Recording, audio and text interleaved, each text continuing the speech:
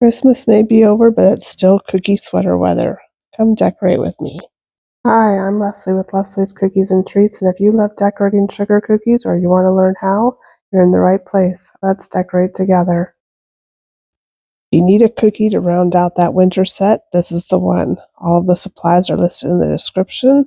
So I'm going to start decorating here with a royal icing that's in about a 15-second consistency. And I'm just going to outline and then flood in this sweater. To do my outline, I want to touch down with my icing, lift up my piping bag just a little bit, tapping down at each corner. And I'm going to go over these lines on the inside of the sweater twice because I don't want the icing to overflow in this area.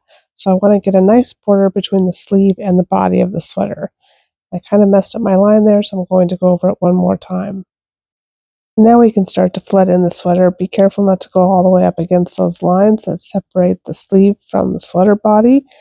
And just go ahead and pipe in a nice generous amount of flood, and then we'll use our scribe to settle the icing down and push the icing up against those lines because we don't want to cover them up. And in fact, it might have been a good idea if I waited about 10 minutes after outlining the cookie before coming back in and flooding it, just so that those lines had a chance to crust over and wouldn't blend into the icing after I piped it.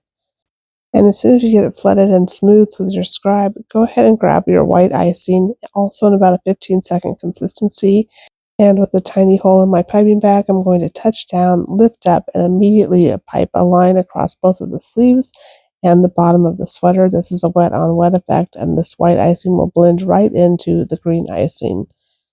So I made a couple of dots. Now I just want to do a zigzag pattern over the top of this. So touch down, lift up your piping bag just a tiny bit, and touch down at each point, all the way across the sweater, and then let's go up to the collar and make a line here along the neckline and some more dots. And then set this cookie aside to dry for about 10 to 15 minutes until it crusts over.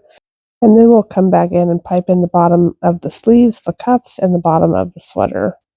Just put a little line of icing here, and then we'll use our scribe to settle it down and shape it the way you need to. Once the bottom is all smoothed out, we can move up to the neck of the sweater and go ahead and pipe that in as well.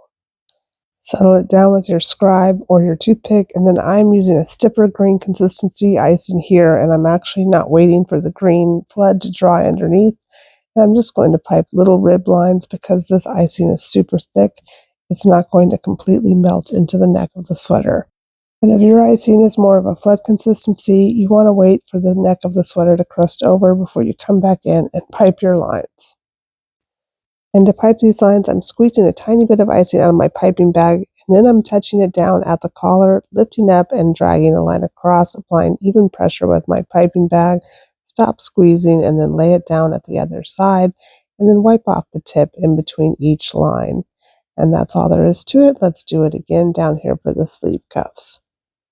And if you get any start or stop bumps in your icing, or your icing goes up onto the sleeve and it's not quite where you want it, just grab a dampened paintbrush where you've wiped all the water off on a paper towel and just push down your icing as you need to. And then I'm going to grab my white icing that's more of a detail consistency, about a 25-second consistency. And I want to make a snowflake in the middle of the sweater, so I'm going to touch down, lift up my piping bag, and drag a line across, applying even pressure, stop squeezing, and touch down on the other side. And then I decided to pipe some big dots. There's no rhyme or reason to how you make your snowflakes. Each one is unique, and you can do it however you would like.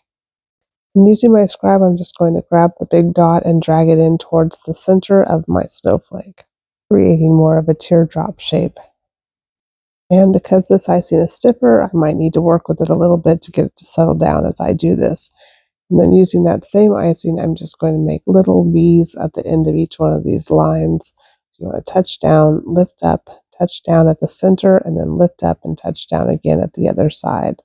Just squeezing very little icing out because they're short little lines. And then I let this icing dry for a little bit before I came back in and added a dot right smack on the center of the snowflake. And that's it. This wintry cozy sweater is done. I made a whole bunch of ugly Christmas sweaters this year, and you can find video tutorials for most of these in the playlist. Thank you so much for watching. I really appreciate your support. Drop me a comment and let me know what you want to see next. Bye.